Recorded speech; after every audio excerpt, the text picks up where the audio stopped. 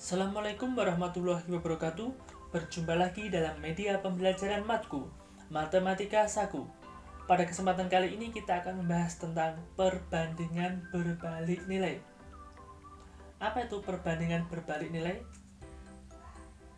Ya, perhatikan ilustrasi berikut. Misalkan ibu ini memiliki 60 buku. 60 buku ini akan dibagikan kepada beberapa anak. Kita buat tabelnya. Jika banyak anaknya itu cuma satu anak, maka banyak buku yang diterima setiap anak itu berapa? 60. Semuanya diberikan ke anak tersebut. Jika banyak anak itu ada 2 anak, maka buku yang diterima untuk masing-masing anak atau setiap anak adalah 30. Anak pertama dapat 30, anak yang kedua juga dapat 30. Jika banyaknya anak itu ada 3, maka banyak buku yang diterima setiap anak berapa? 20. Jika banyak anaknya itu 4, maka masing-masing anak mendapatkan 15 buku. Jika banyak anaknya itu ada 5, maka banyak buku setiap anak yang diterima adalah 12. Jika banyak anaknya itu 6, maka masing-masing anak mendapatkan 10 buku. Begitu juga jika banyak anaknya 10, masing-masing dapat 6. Jika banyak anaknya itu ada 20, maka masing-masing anak itu mendapat 3 buku. Nah, sekarang perhatikan, semakin banyak anaknya ini semakin bertambah, banyak buku yang diterima masing-masing anak semakin berkurang. Inilah yang dinamakan perbandingan berbalik nilai. Yang satunya itu kolom yang kiri ini semakin banyak, tetapi kolom yang sebelah kanan semakin sedikit. Ini dinamakan berbalik nilai. Kalau yang senilai, semakin banyak liter pertama yang dibeli, maka harga yang dikeluarkan atau uang yang dibayarkan juga semakin banyak. Kalau berbalik nilai, ciri-cirinya semakin banyak yang satunya semakin sedikit. Semakin banyak anaknya, maka masing-masing buku yang diterima anak yaitu semakin sedikit. Perbandingan berbalik nilai. Sekarang perhatikan contoh berikut. Sebuah pesawat dari Amerika Utara akan terbang melintasi Laut Atlantik menuju Afrika. Waktu yang dibutuhkan pesawat ini jika ditulis dalam tabel yaitu 5 jam dengan kecepatan rata-rata 960 km per jam. Nah, jika waktu yang dibutuhkan itu ternyata 6 jam, berapa kecepatan rata-rata yang digunakan pesawat tersebut? Kira-kira kecepatannya itu semakin cepat atau semakin lambat? Jika waktu yang dibutuhkan itu semakin lama, dari 5 jam menjadi 6 jam. Nah, kira-kira kecepatannya pasti semakin lambat kan? Nah, bagaimana kita menghitungnya? Ini kita simbolkan X karena ini yang kita cari. Nah, kita tulis persamanya sama seperti sebelumnya. 5/6 ini perbandingan antara waktu yang dibutuhkan dan yang di kanan 960 per X ini perbandingan kecepatannya. Nah, kalau perbandingan senilai kemarin atas kali bawah, kalau pada perbandingan berbalik nilai atas kali atas, 5 dikali 960 ketemunya 4800 sama dengan bawah kali bawah, 6 dikali X yaitu 6X. Ingat, kalau kita mencari perbandingan berbalik nilai yaitu atas kali atas, bawah kali bawah. Karena kita mau menentukan X, ini kita bagi 6, yang di sini juga kita bagi 6. 6X kita bagi 6 yaitu X. 4800 kita bagi 6 yaitu ketemunya 800. Maka kecepatan rata-rata yang digunakan pesawat tersebut adalah 800 km per jam. Begitu juga jika kita data, jika waktu yang dibutuhkan 8 jam, maka kecepatan yang digunakan adalah 600. Ini dapat dari mana? Gunakan langkah seperti tadi. Jika waktu yang dibutuhkan 10 jam, nanti kecepatan rata-ratanya adalah 480 km per jam. Jika waktu yang dibutuhkan 12 jam, kecepatan rata-ratanya hanya 400 km per jam.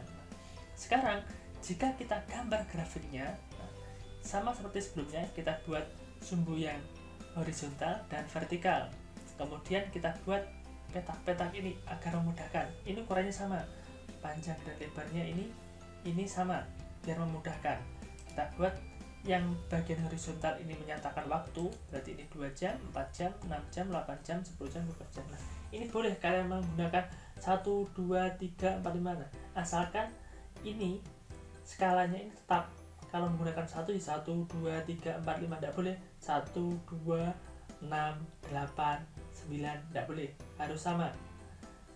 Selisihnya ini 2, 2, 2. Kalau 1 harus 1, 1 semua. Yang vertikal ini mewakili kecepatan 200, 400, 600, 800, 1000. Ini satuannya kilometer per jam. Kalau menggunakan 100, 200, 300 boleh, asalkan ini sama semuanya. Ini lebih memudahkan agar bisa tampil semuanya.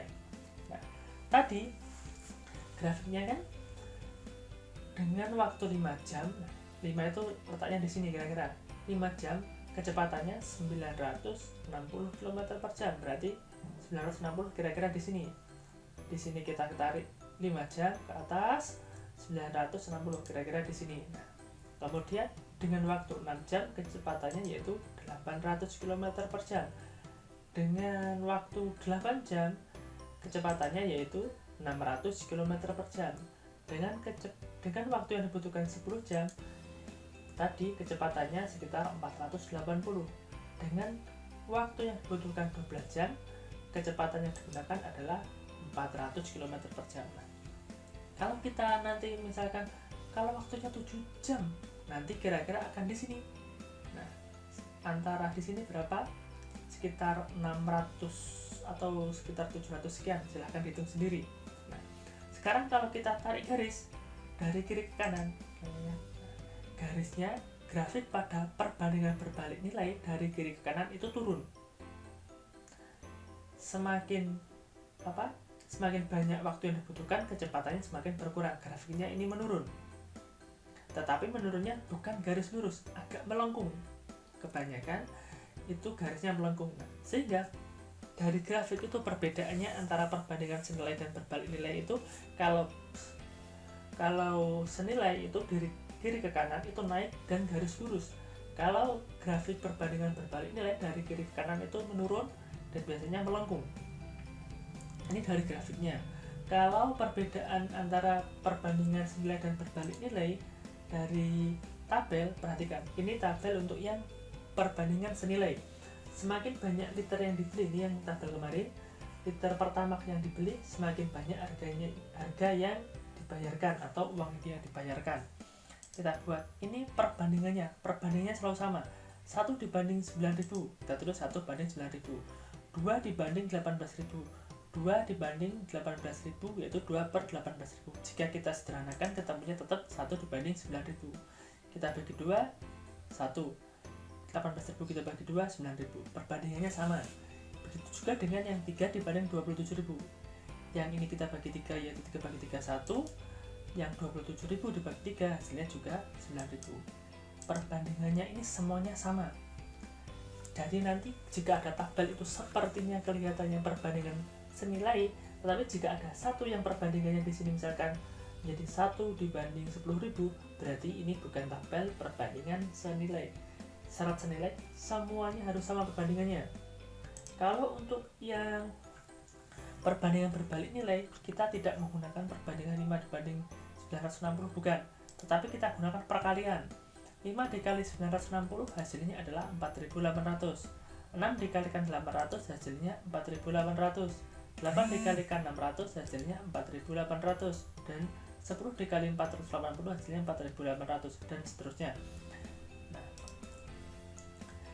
jika tabel ini adalah tabel perbandingan berbalik nilai, maka jika dikalikan semuanya harus sama.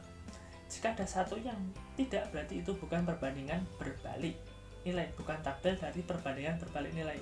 Ingat, kalau perbandingan senilai kita lihat perbandingannya, tapi kalau dia perbandingan berbalik nilai kita lihat hasil kalinya. Ini ciri-cirinya.